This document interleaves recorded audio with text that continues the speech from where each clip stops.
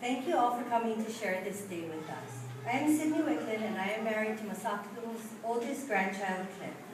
I have been a part of the family for so long, I think of Masako as my own grandma. I have so many memories and so much to share, but I just want everyone to know that I did not write this alone. All of her daughters, as well as just about every grandchild, shared memories they had of grandma. I wish I could read every word they wrote, but there is just not enough time for that. In fact, if there was only one thing I could say about grandma, it would be that she was so loved by all of her family, and she so loved each and every one of us. She always had a smile on her face and was always so happy to see everyone. She had a way of making each person feel special, as if you were her favorite. But there's so much more to tell you about her. So how do I begin to tell you everything that has happened for the last 93 years? I guess I'll start from the beginning. On September 17, 1918, Masako was born to Onoe and Iwakichi Iwai in Wahiwa. She was the second of 7 children. She had 5 brothers, Howard, Thomas, James, Tatsu, and Toshi, and a sister, Esther. As she got older and began attending school, she was given the English name of Stella. Although I don't know much about her growing up, I know she must have had lots of fun with her sister and brothers, because she would tell me stories about them going to the beach and going fishing, and she definitely had lots of fun with them as they were older. She loved seeing them, and whenever she stayed at our house, she would ask, "Can my brothers come over?" They would come and play cards together all day long. Stella eventually met and fell in love with Harry Hideo Takamatsu from Maui. They married and had 5 girls: Jane, Lorraine, Gail, Pamela, and Faye. Harry was an entrepreneur and had his own business called Takamatsu Repair and Service. Grandpa mainly worked on fixing and painting cars, and Grandma ran the service station with free car washes and gifts. She also assisted Grandpa in prepping the cars for new paint jobs. In fact, even the girls would help by cleaning windshields, washing cars, pumping gas, and anything else that needed doing. Clients would tell her they loved coming to fill gas at their gas station. Stella was always a hard worker, and besides the gas station, also worked for Union Supply as a seamstress, which she was very good at. She always made sure her girls had nice dresses to wear to school and for special occasions. She taught her daughters and granddaughters how to sew, and many of us still have a futon blanket or woven fabric rug she made. Grandpa loved going fishing in the ocean, and Grandma loved going with him. She would make lunch, pack up the kids, and off the family would go for a day at the beach, or often camping overnight. After Grandpa built his own boat with his cousin Jerry, he would go fishing out at sea, and on one trip stayed out overnight. In the early morning, Stella and the girls waited on the shore with binoculars in hand, staring at the horizon for any sign of his boat. Everyone was very relieved to see his boat and have him safe on land. Grandma also loved to travel. In 1963, Harry took Stella on a trip to Japan. After returning from Japan, they took the girls on an island hopping trip.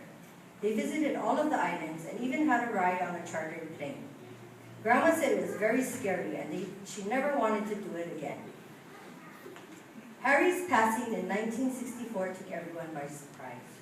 She never remarried, but in time said Vegas was her new love. She would go to Vegas with her girlfriend about 3 times a year. She spent so much time there that in 1991, she and her daughter Faye bought an apartment and moved to Vegas. The casino bus would come to their apartment, and Stella would get on and take the ride downtown. She knew her way around the different casinos and would meet Faye at the end of the day. Vegas definitely kept Stella's mind sharp, and she was always active. She loved visiting her daughters and grandchildren, and for as long as I could remember, would frequently come home to see Lorraine and Pam and all of their kids, travel to San Francisco to see Jane and her family, or to New Orleans to see Gail and her boys. She so enjoyed Mardi Gras, especially when Gail was the Mardi Gras queen. And she brought back so many beads that I still find some every time I'm looking for something else. Stella always wanted to go back to Japan, and in 2001, with all 5 girls, she got her wish. She was still quite mobile, but in true Takamatsu girl spirit, the girls insisted she use the wheelchair to make things easier for them. They took full advantage of the situation and simply followed wherever Stella was being pushed. Having Grandma in a wheelchair gave them an easy way to have a guide and enjoy some first-class hospitality. In 2009, Grandma moved back to Hawaii. In September of 2010, Grandma fell and broke her hip. Her daughters promised to take her to Vegas if she got better and out of rehab. By the end of October, her fracture was completely healed and Vegas was now on her itinerary. She and her 5 girls are off to Vegas again, and she was happy to have gone one last time. Everyone in the family has a favorite memory of time shared with Grandma. Wendy remembers bonding with Grandma, and Grandma bonding with Wendy's daughter Bella. Keith enjoyed the times roasting walnuts or sweet potato in their fireplace, and just the closeness he felt when he was with her. Clint enjoyed her sense of humor, watching game shows, learning some Japanese, and just hanging out. Many of her daughters and grandkids have fond memories of playing cards with Grandma, and each remember a particular game they played with her and how she made such a show of winning the pot, how she would change the rules to benefit herself, how she made her hand motion meaning, "Give me my money," and just how much fun it was to play with her because of all of the noise and excitement she would bring to the game, even when it was only a small kitty. She always played with so much animation, whether it was poker, Payu, Yahtzee, or Scrabble. If you ask us, the one thing she loved more than her family was the thrill of winning the big one. Everyone also recalls how much Grandma loved her Japanese programs and Wheel of Fortune. She would sit close to the TV and would be so focused on it, she wouldn't even hear us if someone called her. And she always fell asleep in front of the TV, but we didn't dare try to change the channel, even if it was watching her. Another thing we all remember was how Grandma made the best sushi. Whenever we were going to have a party, she would always say, "I'm going to make sushi," and Cliff would always hide a roll to eat later. She also made the best guava jelly, the best lemonade, the best namasu, and the best miso butterfish. Cliff's favorite memory of her was making fried mochi just shortly after New Year's and sitting at the table sharing it with him.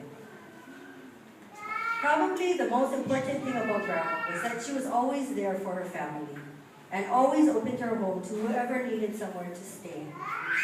She brought the family together on special occasions like Thanksgiving and New Year's, and always looked forward to being the one to light the biggest string of firecrackers at midnight. No matter how far away or how old her grandchildren got, she never forgot a birthday, graduation, or wedding, and always tried to be there for them. She was always there for whoever needed her.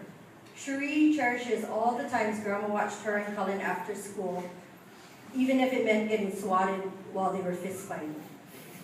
Cherie was always grateful to know that she could call Grandma for a ride home. She was always willing to help out. She even helped Cliff build the new porch. She put on her back brace and would hold the wood for Cliff while he cut them. Even though she was in her 80s at the time, she worked all day and even made them lunch. I'm sure everyone also remembers a time that Grandma was just being silly. She'd also often make funny faces or strike a funny pose when you tried to take a picture of her. Gail shared once she remembers Grandma got on one of Sam's motorcycles and put on the helmet and was all smiles. Pam shared that people would always ask Grandma what was the secret to her long life, and Grandma would simply reply, "Just be happy." Yes, I agree. This was the secret to her long life. Just before she passed, her 5 girls were able to speak to her via iPad and cell phone, and they told her how much they loved her. She went very peacefully the next day in the early morning hours. She was so loved by so many and will never be forgotten. I'm sure she knows she meant the world to all of us and just how grateful we are to have had such a loving, wonderful mother, grandmother, sister, and friend. I know I speak for everyone when I say she will surely be missed.